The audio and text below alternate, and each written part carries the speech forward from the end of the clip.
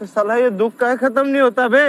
यार 5 दिनों का लंबा स्ट्रगल, और जब ऐसे में आपका रिजल्ट जो है आपके विपरीत आता है तो बहुत सारे सवाल लेकर के आता है। क्योंकि जब शुरुआत में टीम इंडिया इंग्लैंड के दौरे पे आ रही थी तो पहला सवाल यही था कि विराट कोहली और रोहित शर्मा के ना मौजूदगी में क्या ये टीम अच्छी खासी बल्लेबाजी कर पाएगी और इंग्लैंड के खिलाफ मैचेस जीत पाएगी, ये एक बड़ा सवाल था। लेकिन जैसा हमने देखा कि भैया इंडिया इंग्लैंड के खिलाफ पहले 4 दिनों में बहुत अच्छा खेली, चाहे फिर वो बल्लेबाजी हो, गेंदबाजी हो या फिर कह लीजिए फील्डिंग हो। लेकिन जैसे ही 5वें दिन पहुंची तो हमें वो पुरानी याद आने लगी कि शायद अगर विराट कोहली, रोहित शर्मा और आर अश्विन जैसे खिलाड़ी इस टीम में शामिल होते तो पहले मैच का रिजल्ट कुछ और होता। तो हम इस वीडियो में बात करेंगे कि आखिर किस कमी की वजह से टीम इंडिया ये मुकाबला हारी।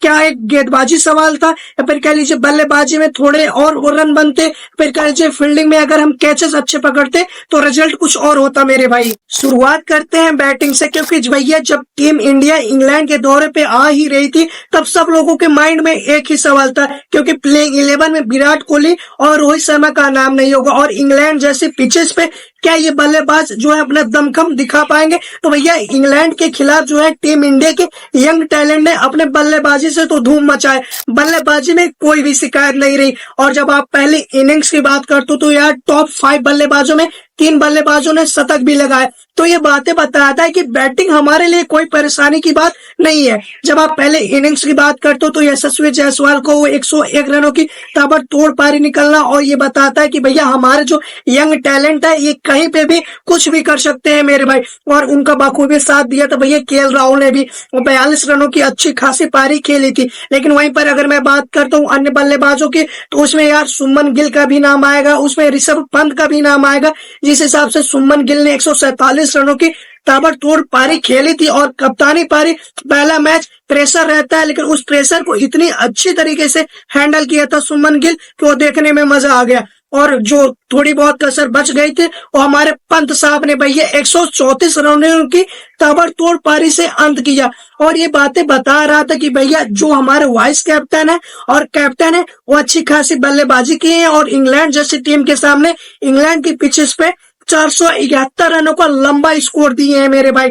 और ऐसा भी लग रहा था कि हमारी गेंदबाजी भी अच्छी खासी थी और ये स्कोर को आसानी से डिफेंड कर लेगी। लेकिन वहीं पर जब आप बात करें तो इंग्लैंड जब बैटिंग करने आई तो वह भी अच्छी खासी बल्लेबाजी की मेरे भाई, बिना किसी डाउट के।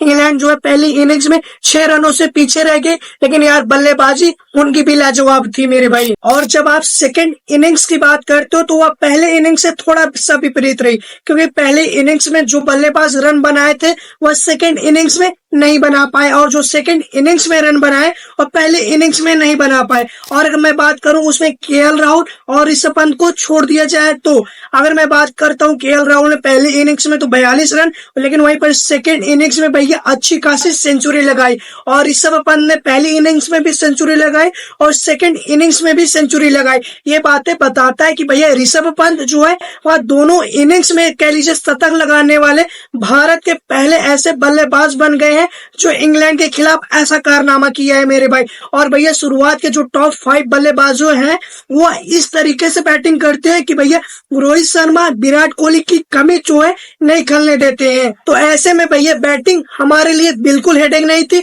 और बैटिंग जो है वो हमारे बल्लेबाजों ने बहुत अच्छी खासी की मेरे भाई। चलिए अब बात करते हैं गेंदबाजी की। क्या गेंदबाजी हमसे कमजोर हुई जिसकी वजह से यह मुकाबला हमसे छूट गया? तो यार मैं कहूंगा बिल्कुल सही है, क्योंकि जब आप गेंदबाजी की बात करते हो तो यार मैं कहूंगा कि जसप्रीत बुमराह छोड़ कोई भी बॉलर जो है अपने इम्पैक्ट नहीं डाल पाया मेरे भाई। जब आप जसप्रीत बुमराह की बात करते हो तो पहले इनिंग्स में वो हाथ का पंजा खोला था और 5 जो है विकेट चटकाए थे।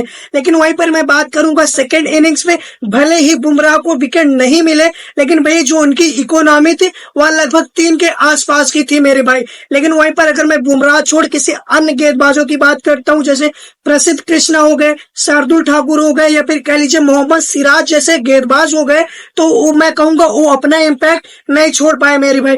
सबसे पहले मैं बात करूंगा यार प्रसिद्ध कृष्णा की। जब आप प्रसिद्ध कृष्णा की बात करते हो वो पहली इनिंग्स में 3 विकेट उनके जो है झटके गए हो। लेकिन अगर वहीं पर मैं बात करूंगा प्रसिद्ध कृष्णा की, जब आप इकोनॉमी देखते हो तो आप उस इकोनॉमी में देखते हो कि भैया 20 ओवर में 128 रन दिए हैं, लेकिन इकोनॉमी उनकी लगभग 6 की रही है। और ये जो है टेस्ट जैसे फॉर्मेट में अगर आपकी इतनी बड़ी इकोनॉमी है तो आप खुद समझ सकते हो कि आपने गेंदबाजी किस जो है नतीजे से की है और किस लहजे से की है।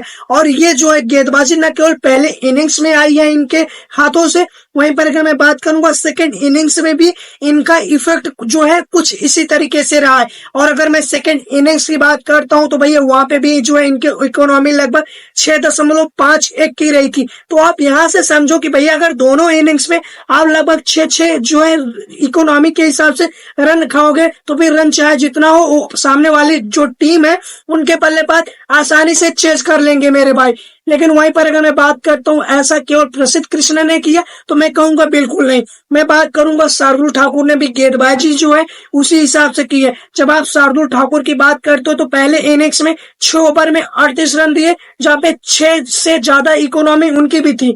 वहीं पर अगर मैं सेकेंड इनिंग्स की बात करता हूँ तो वहां पे भी 10 ओवर में 51 रन मार खाए थे और वहां पे भी इकोनॉमी लगभग जो है 5 के आसपास की थी।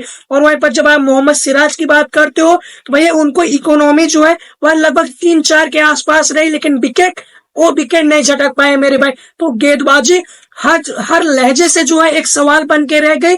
और मैं यही कहूंगा कि गेंदबाजी जो है बड़े ही असाधारण रही थी। और यहीं पर अगर कह लीजिए विराट कोहली होते या फिर कह लीजिए रोहित शर्मा होते तो वह इन्हीं गेंदबाजों के साथ उनका इस्तेमाल अच्छे खासे करते और जिस मोमेंट पे जिस गेंदबाज की जरूरत पड़ती वह उनको अच्छे से पता होता है। और इसीलिए शायद कहा जाता है कि भैया आप मैचेस खेलो और मैचेस जीतो, लेकिन उसमें भैया आपका जो है प्रेजेंट ऑफ माइंड और आपका डिसीजन मेकिंग अच्छी होनी चाहिए, जो अभी मैं कहूंगा सुमन गिल के पास नहीं। क्योंकि यार अभी नए नए कप्तान तो बने हैं, उतना एक्सपीरियंस कप्तानी का नहीं है मेरे भाई। और ना ही उनके पास है, नहीं कह लीजिए वाइस कैप्टेंसी के रूप में भैया ऋषभ पंत के पास है।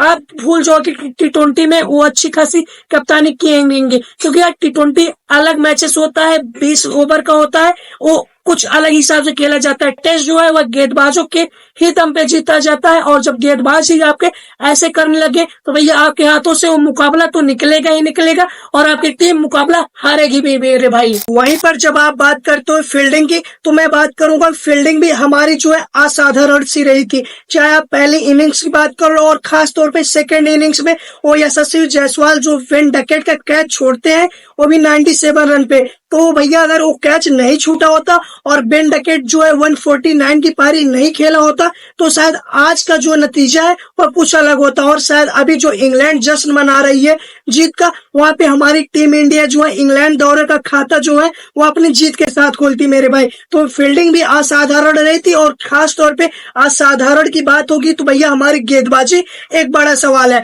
और जब आप सेकेंड इनिंग्स में भैया मैचेस खेलने के लिए मैदान पर उतरोगे तो मैं कहूंगा कि भैया अपनी जो बॉलिंग है उसको सुधार कर उतरना और कल से बॉलिंग में कुछ बदलाव तो होंगे मेरे भाई। बाकी मैं जो है दूसरे टेस्ट मैचेस के भी जो है अपडेट्स लेकर के आऊंगा कि क्या बदलाव हो सकते हैं मेरे भाई। बाकी आप लोगों को क्या लगता है, आप लोग अपनी राय कमेंट करके बताइएगा। बाकी आप लोग यहाँ तक वीडियो देख लिए हो तो जाहिर सी बात है यार वीडियो पसंद आई होगी। और आपको अगर हर दिन क्रिकेट का अपडेट चाहिए तो यार बिना किसी डाउट के लाइक और सब्सक्राइब कर दो। चलिए फटाफट लाइक और सब्सक्राइब करो, हम ऐसे ही क्रिकेट की अपडेट्स आप लोगों के लिए लाते रहेंगे। चलिए मिलते हैं नेक्स्ट वीडियो में, तब तक टाटा बाय बाय, जय हिंद, लव यू दोस्तों, टेक केयर।